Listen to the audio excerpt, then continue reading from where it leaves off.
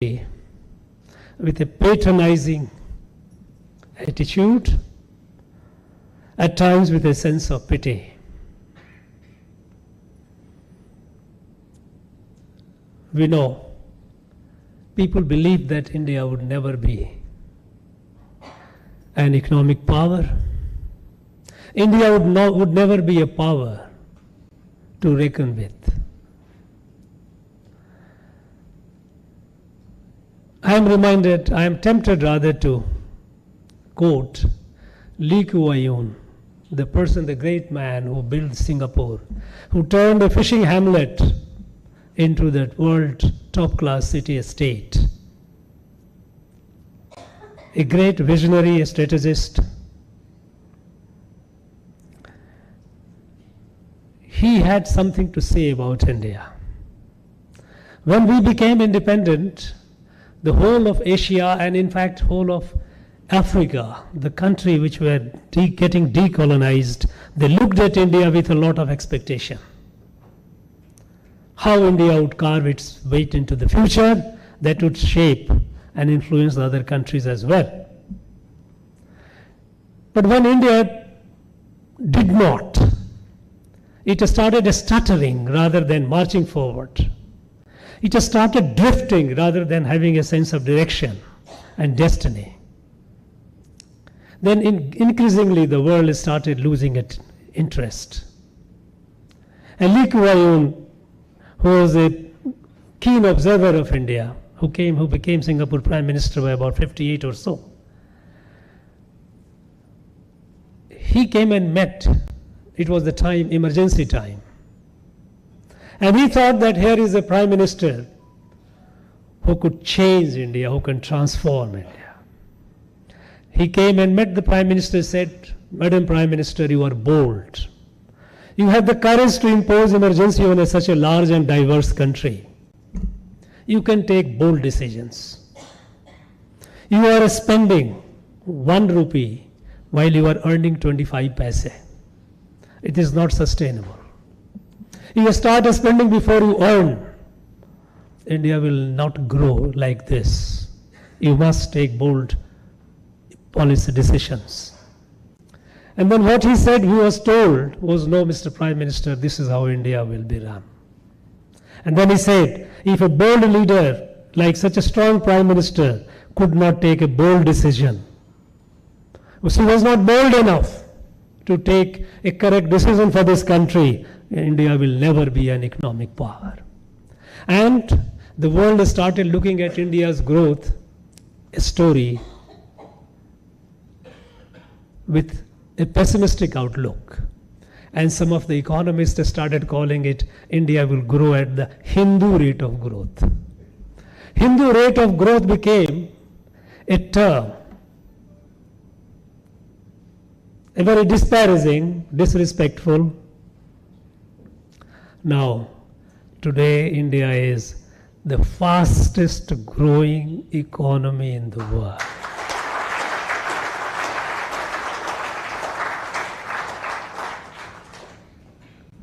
So, we are. A new India is emerging, new Bharat is emerging on the world scale, on the world stage. Now this Bharat cannot just grow materially, cannot just grow militarily. It has to grow the way it should grow, the way that defines this country, Bharat. And Bharat, we know, is the civilizational evolution. It doesn't fit into the European or Western definition of a political state, because at no point of time there was a ruler who ruled over the whole country. Because Bharat was not built by ruler. All this I am telling in a literary festival primarily, because we must be conscious of it. We must be conscious of, because men and women of literature has a great responsibility. This Rashtra, it doesn't fit into the definition of nation as well. Those terms do not define. This Rashtra was built by our ancient great people of wisdom, our rishis. And that is why in our Veda says, Bhadram Ikshant Rishaya Swaveda Tapo Diksham Upanisheduragra Tato Rashtram Balamo Jasyajata.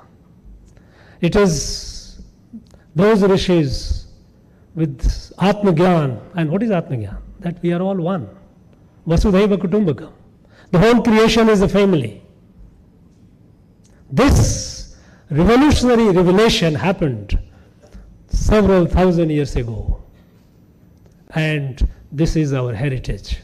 And when Prime Minister of India puts Vasudhaiva Kutumbakam as a motto of G20, it is basically transmitting this, spreading this light to the rest of the world, that this is what we believe in. It is not a political slogan. So when such a Rashtra has emerged, and it has been eclipsed subsequently for about a millennia, it is re-emerging. It has to re-emerge with her values. And those values which have been pushed into the background for long, with the European Western thinking, with the European way of education, European value systems.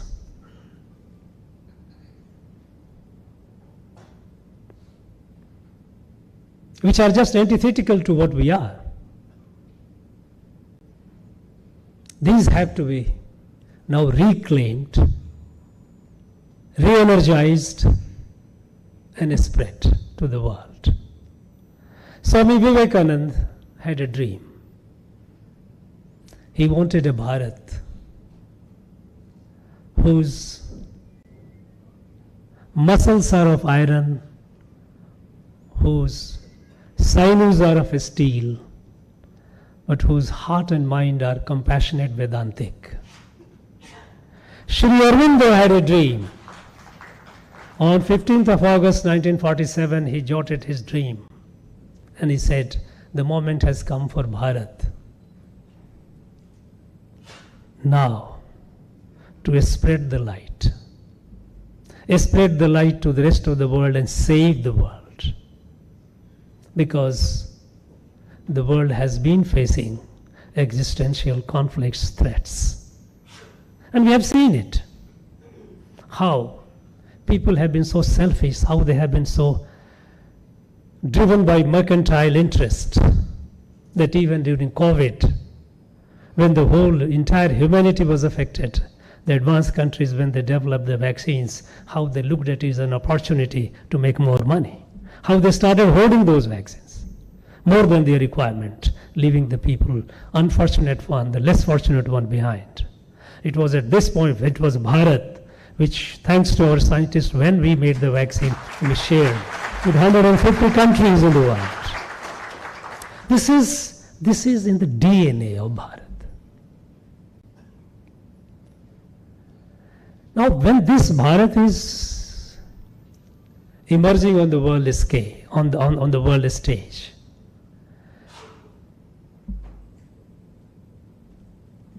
our people, our thought leaders, our writers, artists, painters, dancers, masters of our classical dance, they are all our heritage.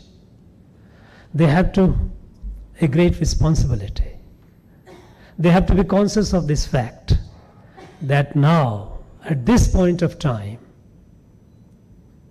we have embarked on that phase of our history, the future history, where we cannot go the way we did in the past.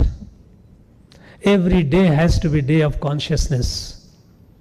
What we are doing for making this country, making Bharat a great nation.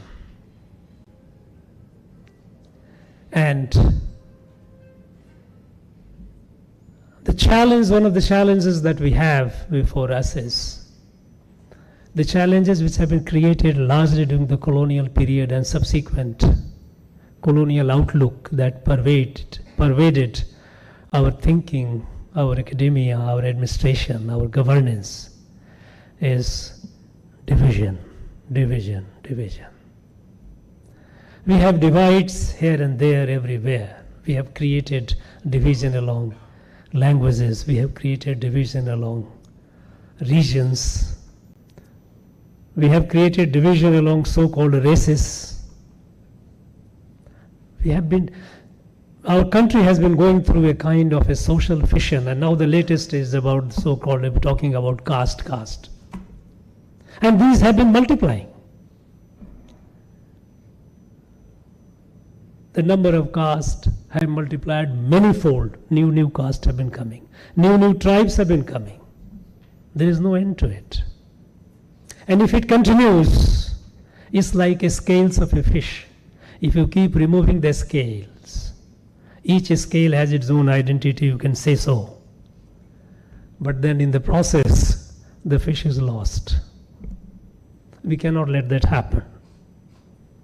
All those forces, all those people, those who have tried to divide, and those who have flourished on dividing, they have to be defeated. Those forces have to be defeated. And when it comes to our cultural renaissance, this place, this land, Tamil Nadu, has been the spring well of Bharatiya culture.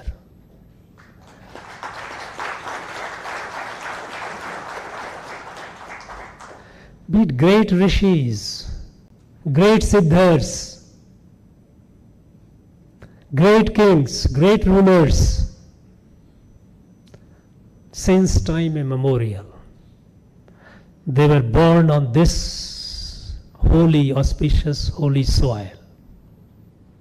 Our country, our Bharat, we know it has two sides, or you can call it two ends. Here is ocean, here is Himalaya. And these are the two sources from where the light emanates and illuminates the whole country. Eventually it is to illuminate the whole world. This place, which has been the fountainhead of our culture, our adhyatma, which has shaped the idea and identity of Bharat, this has undergone certain phases of confusion.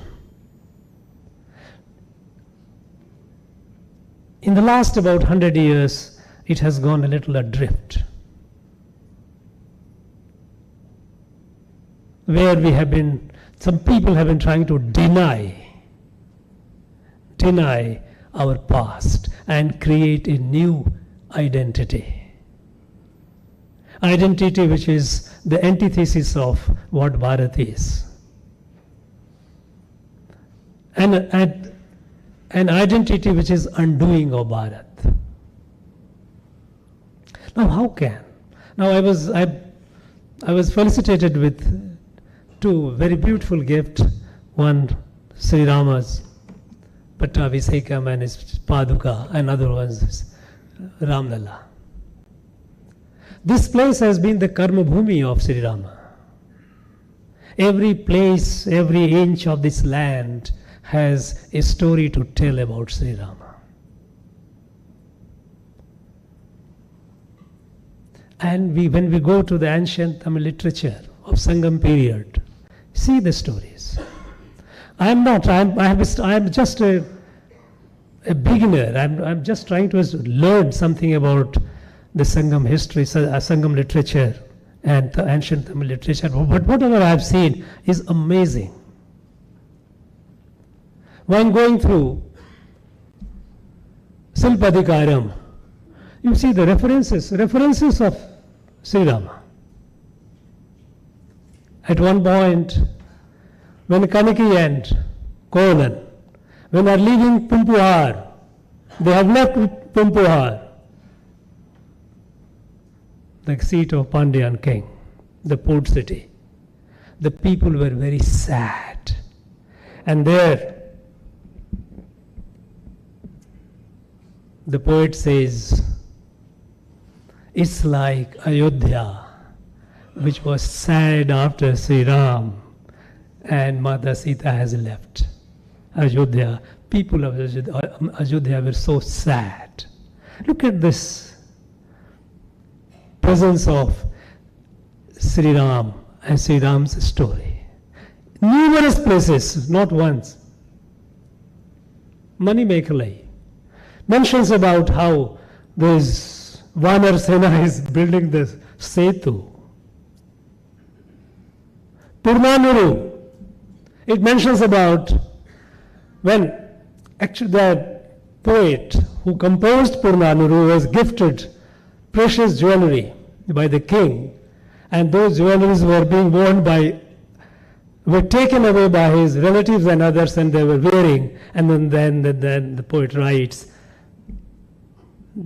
the jewelries on those people looking like the same way when Ravan was taking Mata Sita and Sita has dropped jewelries and monkeys were wearing those jewelries.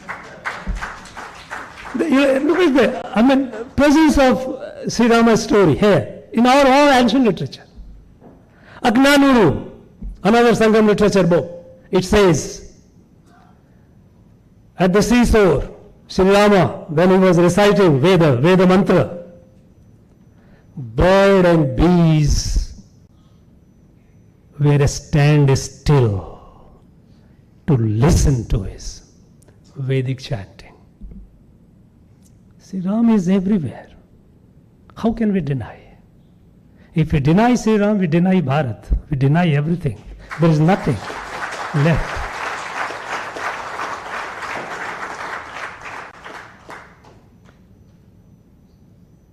It's time for us. Decathlon, 60 plus sports, 6,000 plus products.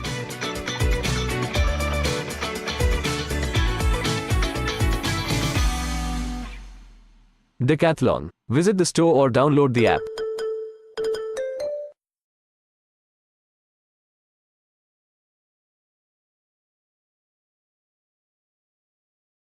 Movement. There is no basis for it.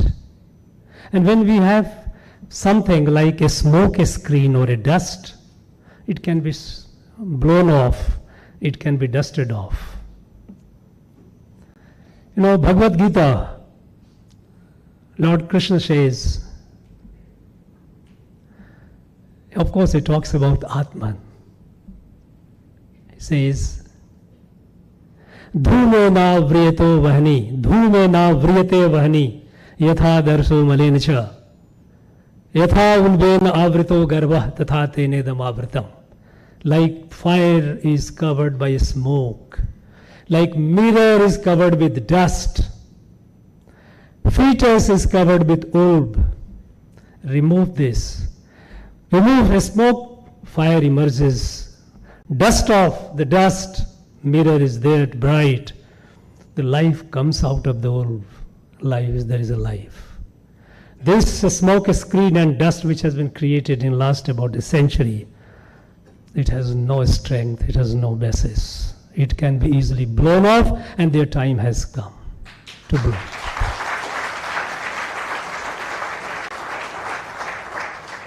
And when we're talking about Viksit Bharat, is nothing but Ramarajya, nothing else. Viksit Bharat is nothing else but Ramarajya. In fact, this was the thinking, the dream of our founding fathers of Constitution. That is why one of the first paintings in our Constitution is of Sri Rama Pattabhisekam. It was there in the original Constitution. Unfortunately, this has been removed. Because they wanted, there is no discrimination. For Ramarajya, in Ramarajya, social justice is a way of life. It is not a political slogan. And you cannot achieve social justice by political slogan or by politics alone. There has to be a social transformation. And it has to be, and for us, all the more so, deriving inspiration from our legends, our proud heritage. So, men and women of literature, and this place, Chennai, has been a seat of great writers, great thinkers, great artists, great classical dancers, great philosophers.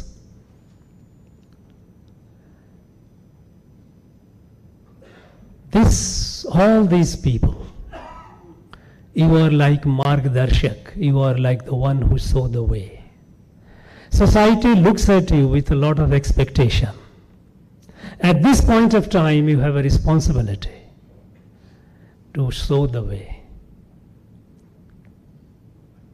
Because later, the future will certainly ask a question, because after all, literature is the mirror of society. It reflects the aspirations, anxieties, the angst of people, who the people are, what kind of situations they were going through, they have gone through. Since it is a mirror of the society, and since society is under transformation, society is in a ferment, you have to catch the vibrations, the ferment. And you have to document it, you have to express it, you have to make it easier. You have to give words to the feeling of millions and millions of our people, our young people. Those who are looking with a lot of expectation and hope to build this country a great country. They are expecting a big change, a transformation. Their thought, their angst, anxieties, and aspirations, you have to give words. Because if you not, 50 years, 100 years down the line, when somebody will read literature of this age, they will say, when the whole transformation was happening, what was happening here? What kind of literature, who all were there who sincerely were reflecting the spirit of the age? We have a great responsibility. We owe it to our future, to our posterity, that we do justice to the present, the today. And I'm sure our people are capable, they are sensitive, and you are the strength of the country. I have been told since morning, this festival, several productive deliberations have happened, and it will go on for one more day tomorrow. I wish the remaining part of this festival all the very best.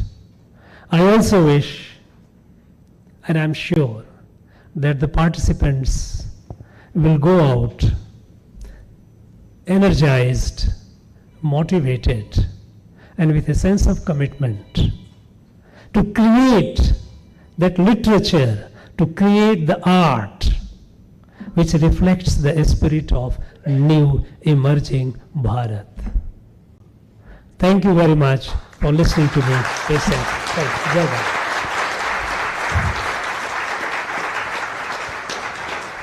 Thank you so much, sir, for this wonderful insight into the Tamil literature and for referring to Silappatikaram, wherein Thadai Evalin, Madudan Kadu Kadal Pohi, Kadali Ninga Kadumpuyar Urandu, Veda Mudalvan Payandon, which means, as per the words of the father, you left the city along with your love for life and you reached the forest only to suffer. And who is that? Veda Mudalvan means the one who is praised by all Vedas. And that is the person, and the way we suffered, that is how now Puhar is suffering. Not only that, in Silappatikaram, there is one more reference that says, Thambiyoda Kanpuhunda Sevakan Seer Kelada Seviyanna Seviye. The one who left to the forest along with his brother and wife, those ears that does not sing the praise and listen to the praise of those Sri Rama is not an ear at all, is what Silappatikaram says. And thank you for referring to Silappatikaram, Purananundu, and Manimekalai, all the references, and telling us about the glory of this land and the literature connect to it. Thank you so much, sir. May I now request Srimati Pavitra Srinivasan to render the national anthem. I'm sorry, Shri Praful Ketkar. Shri Praful Ketkar will deliver the vote of thanks. Honorable Governor of Tamil Nadu, His Excellency Thiru Arendra Viji, founder of Indoi Samudaya, Bharat Gopuji, and esteemed audience of Chennai Lit Fest, you would agree that the morning address by Shri J. Nandakumar on the idea of Akhanda Bharat, going through the academic narrative of Ek Bharat Shreshta Bharat by two Vice Chancellors, JNU Vice Chancellor and SNDT Vice Chancellor, then war stories by authors like Shiv and Major Jolly, conversation with filmmaker like Vivek Agnihotri, Ami and Amit, who talked about rewriting history and fiction, with their experience of telling the original stories of Bharat, and of course the session on media narratives. Perhaps this is the perfect landing. We were politically very conscious, so we said cultural renaissance, but Raviji is experienced enough, so he knows the cultural renaissance of Bharat ultimately leads to Ramarajya. So we are really thankful and grateful, Honorable Governor, that you spared your time. I know last year when we went to, on the third edition dedicated to Bhartiyar, we came to know already in Tamil, all universities, he has started the programs with his initiative dedicated to Bhartiyar. He is perhaps one of the, governors who has deep commitment to the cultural unity and integrity of Bharat. And we could see in his address today. I'm sure, sir, it will inspire us to continue with the discussion tomorrow, where Honorable Governor of Kerala will be there, and we will be felicitating Prasaranji in the morning, and then we have a day-long deliberation. And also, it will give us food for thought to take this Chennai Lit Fest forward, and future generation and future edition come up more confidently to spread the message of real Bharat. Thank you. Thanks a lot. Thank you to all the audience for patient hearing since 8:45 in the morning. Most of them are sitting here, so really grateful. And thank you to entire team of Indoi Samudaya for organizing this. Thank you. Thank you very much. Thank you. I now request Mrs. Pavitra Srinivasan to render the national anthem. Request the members of the audience to raise for the national anthem.